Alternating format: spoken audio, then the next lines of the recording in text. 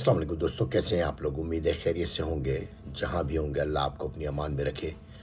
क्योंकि ट्रैवलिंग की वजह से मैं व्लॉग नहीं कर पाया 2 दिन, और ये ज़ाया हो गए एक तरह से। काफ़ी बातें हैं जो आपसे करनी है। सबसे ज़्यादा अहम बात तो ये है कि जो जिस तरह का गवर्नमेंट और ये इस्टेब्लिशमेंट शोर मचा रही है कि ऐसे कर दिया हमने, वैसे कर दिया हमने, और ये हो गया, और लीबिया से हम पता नहीं क्या करिए। जो भी ये मुआहदा लीबिया से करके आए ना, पहली बात तो मैं आपको ये बता दूं कि देखिए, लीबिया से जो मुआहदा है वो मुआहदे की कोई हैसियत नहीं है। इसलिए कि वो लीबिया में जो ग्रुप है जिससे ये मुआहदा करके आए हैं, वहाँ पर भी जंग की वजह से 2 हिस्सों में ग्रुप बटा हुआ है।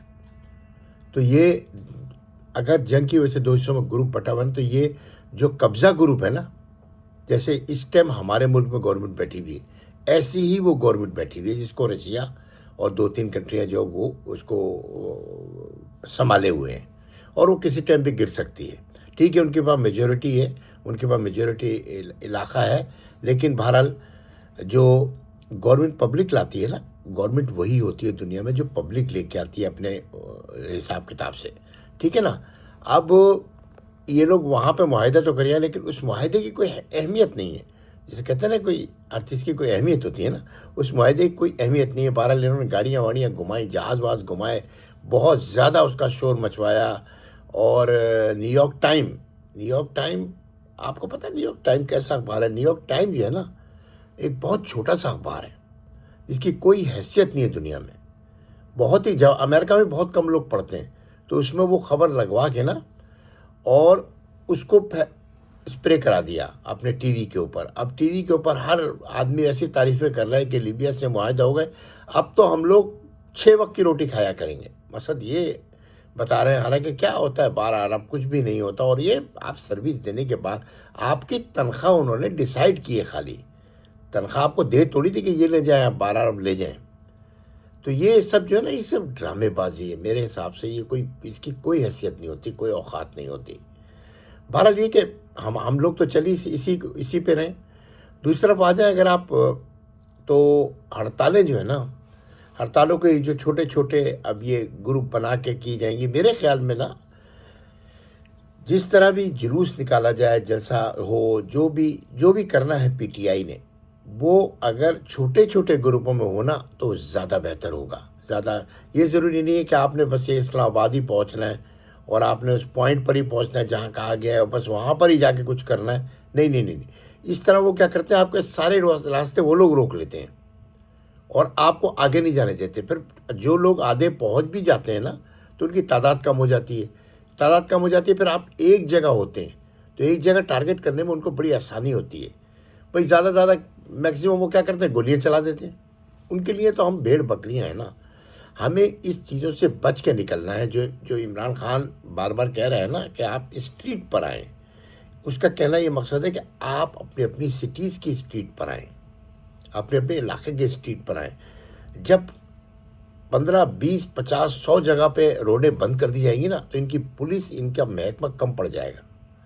ऐसा नहीं हो सकता कि हर जगह ये फौज भेज दें, या तो फिर ये लगा दें, फिर मार्शल लॉ लगा दें, तो भी हमको एतराज़ नहीं है। मार्शल लॉ अगर लग जाता है तो वह कम से कम कोई मार्शल लॉ का भी तो कोई रूल होता है ना। अभी तो कोई रूल ही नहीं है। अभी तो आप जिसको चाहो उठा लो, जिसको चाहो मार दो, जिसको चाहो कत्ल कर दो, पब्लिक पे गोलियां चला दो, जिस तरह चाहो आप करो। ये वो चल रहा है। तो चीज़ें इस तरह सेटल नहीं होती। चीज़ें सेटल करने के लिए ना, आपको जो है ना, एक लाएअमल बनाना पड़ता है। और ये लोग लाएअमल इसलिए नहीं बना पाते कि ये लोग फॉर्म 47 के फॉर्म पर हैं और लास्टिक के पजामे हैं इनके। ये कैसे बनाएंगे? अगर ये बनाते हैं तो वो चीफ साहब को पसंद नहीं आते, चीफ साहब बनाते हैं तो वो इनको पसंद नहीं आते। और देखिए, आर्मी को तो जो ट्रेनिंग दी गई है वो तो यही दी जाती है कि बस जब हुक्म मिले तो गोली चला दो। तो आर्मी तो वही करती है। 2 दफ़ा 3 दफ़ा हो चुका ना, कत्लेआम कर दिया आपने। जो लाहौर में किया था, लाहौर के करीब जो आपने किया था, पीएलटी वाले थे, कौन थे यार, उनके साथ तो ऐसा आपने कर दिया कि उनको बिल्कुल मुर्गियों की तरह आपने लाके और ज़िबा कर दिया। तो ये सिलसिले जो है ना, ये ज़्यादा चलेंगे नहीं। देखते हैं कितने अरसे चलते हैं, जितने अरसे जो है ना आशीर्वाद रहती है अमेरिका की पाकिस्तान के ऊपर कि भाई field marshal my best friend, वो जो कहते हैं ना, अगर अगर ऐसा कुछ है तो फिर उसका तो मैं कुछ नहीं कह सकता कि ये कितना चल सकता है। लेकिन वो जो जो वो चीफ साहब है ना अमेरिका वाले, उनका भी बस अब जो ना धड़म तख्ता होने वाला है। उनके भी कहानियाँ बहुत ख़राब हो चुकी हैं दुनिया में। तो अब एक इसराइल उनको दे रहा है धक्का कि भाई आप जो है किसी ना किसी तरह पाकिस्तान से वादा पूरा कराएं। मतलब पाकिस्तान से नहीं, वो तो कहता है भाई फ़ौज बुलाएं। क्योंकि देखिए हकीकत में आपको बताऊं, दिखावे के हिसाब से आप फ़लस्तीन से जीत चुके हैं ये लोग, लेकिन ये फ़लस्तीन से जीते नहीं हैं। जीत वो होती है जहाँ पर फ़ौजें जो है ना अंदर चली जाएं और कब्ज़ा कर लें जाके। इसराइल की फ़ौज आज भी अंदर जाने के लिए तैयार नहीं है। उस अंदर जाके उनके बचे कुछ लोगों से हमास के हथियार लेना ना इनके बस की बात नहीं है। और इसके लिए उनको पाकिस्तान की और इस्लामी फ़ौज चाहिए जो जाके उनसे प्यार मोहब्बत से पहले बात करे, नहीं तो फिर उनको उड़ाए। तो इसके लिए हमारी फ़ौज में लोग तैयार नहीं है। आम फौजी कहता है मैं खुदकशी कर लूँगा, मैं अपनी जॉब छोड़ दूँगा, मैं नहीं जाऊँगा। मेरे अपने उसके ऊपर पता नहीं कितने फौजी लिखते हैं कि अगर हमको कहा गया कि जाओ, हमारी बटालियन का नंबर आ गया तो मैं फ़ौरन रिज़ाइन कर दूँगा। एक दो तो ये लिखते हैं हम अपने आप को जान से मार लेंगे, हम कभी भी जाके फ़लस्तीन में गोली नहीं चलाएंगे।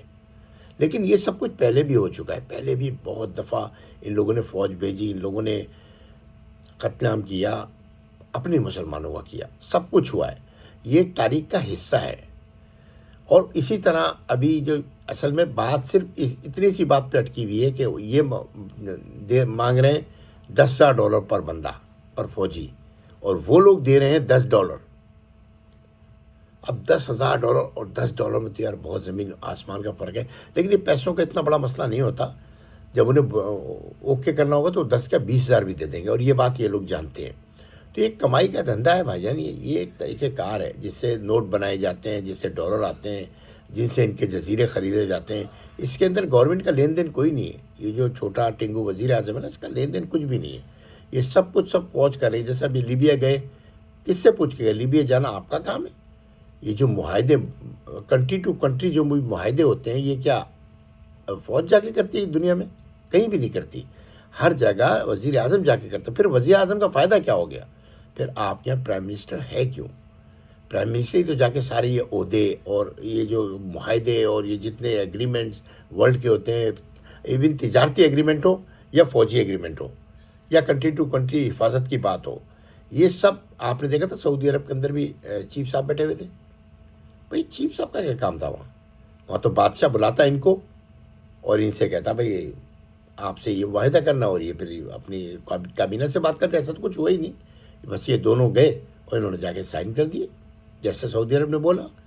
जैसे इसी तरह पूरी दुनिया के अंदर जो है ना, ये फ़ौज नहीं जाती, हमेशा जो है ना गवर्नमेंट जाती है। लेकिन हमारी गवर्नमेंट का जाने का कोई मसला बन ही नहीं सकता। हमारे हालात तो हालात ही नहीं हैं। और तीसरी तरफ अगर आप देखें कि इमरान खान पे सख्तियाँ बढ़ाते चले जा रहे हैं ये लोग।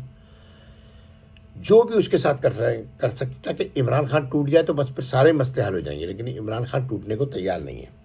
इमरान खान बिल्कुल इनसे टूटने को तैयार नहीं है। इमरान खान जिस बात पे पहले दिन पे खड़ा था ना, उसी बात पे आज खड़ा है इमरान खान।